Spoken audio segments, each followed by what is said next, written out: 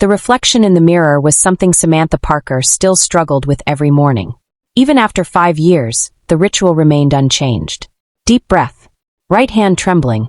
She traced the long, jagged scars running down the side of her face, remnants of the explosion that changed her life in Afghanistan. They were a part of her now, but she still wasn't sure if she had fully accepted them. As she fastened the last button on her crisp white blouse, she straightened her posture and forced a smile.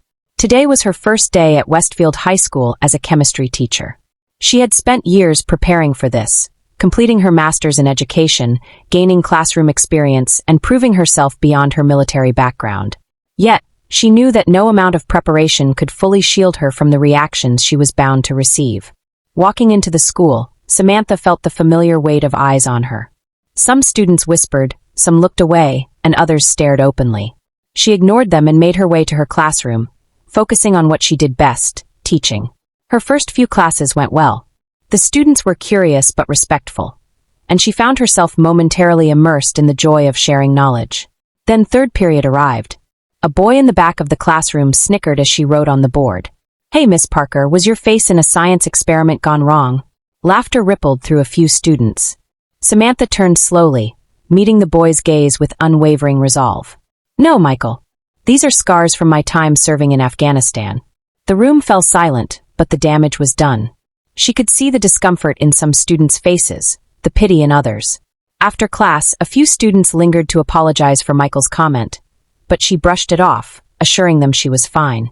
Later that evening, she received an email from the principal. It was a request for a meeting with a parent, Michael's father, Richard Thompson. She wasn't surprised. Thompson was one of the most influential figures in the community, a businessman with deep ties to the school board. The next day, she sat across from Principal Harris and Richard Thompson in the administration office.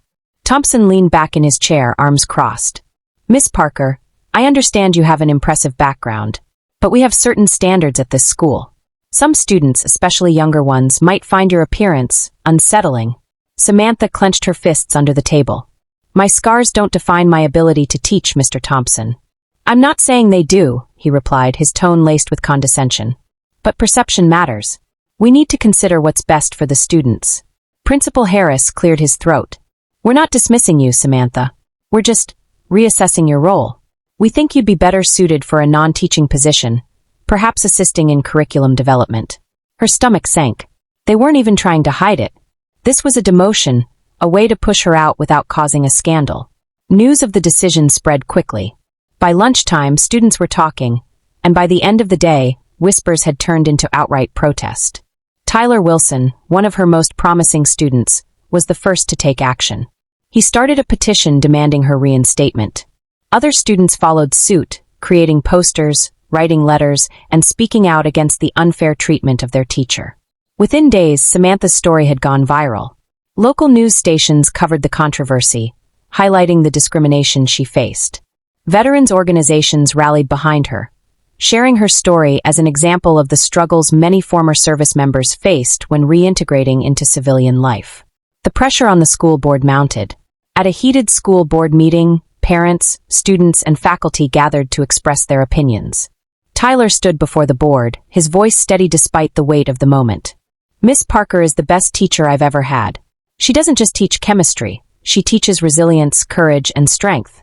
If you push her out because of her scars, what message does that send to all of us?" Applause erupted from the audience. Richard Thompson, seated among the board members, looked increasingly uncomfortable. The tide was turning. Despite Thompson's protests, members of the board started to reconsider. More students stepped forward to share their experiences with Samantha, talking about how her presence in the classroom had changed their lives. Parents began to question whether outward appearances should dictate a teacher's value. One mother, whose husband was also a veteran, tearfully spoke about the struggles military families faced and how Samantha's perseverance was an inspiration to her children. The discussion continued for hours, with heated debates and powerful testimonies. By the end of the night, the board reached a decision. Samantha would not only be reinstated as a teacher, but would also take on a new role, coordinating a program that honored veterans and their contributions. The program would include guest lectures, student-led projects, and a mentorship initiative for veterans transitioning into education. When Samantha walked into her classroom the next day, she was met with a standing ovation. Students had covered the walls with messages of support. One banner read, "We stand with Miss Parker." Another had quotes from famous figures about resilience and courage. Tyler handed her a folded piece of paper. She unfolded it to find a simple message. "Scars tell stories. Yours inspire." Tears welled in her eyes, but this time they weren't from pain. They were from gratitude. She had fought battles on the front lines, but this victory, this acceptance, felt just as significant. Samantha Parker had come full circle, not just as a veteran, but as a teacher, a mentor, and a symbol of resilience for an entire generation. As weeks passed, Samantha's new role flourished. The veteran program gained traction, attracting guest speakers from different military backgrounds who shared their experiences with students.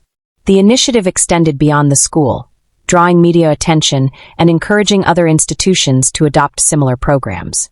Samantha found herself at the forefront of a movement that was bigger than just her story. It was about honoring all veterans and reshaping how society viewed them.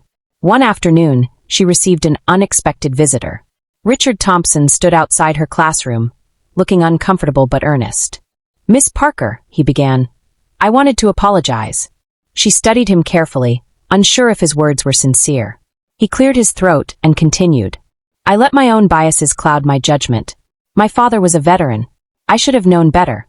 Samantha nodded slowly. "Apology accepted, Mr. Thompson. But real change comes from action." He hesitated, then extended a hand. "I'd like to help fund your veterans program. Maybe even speak at one of your events."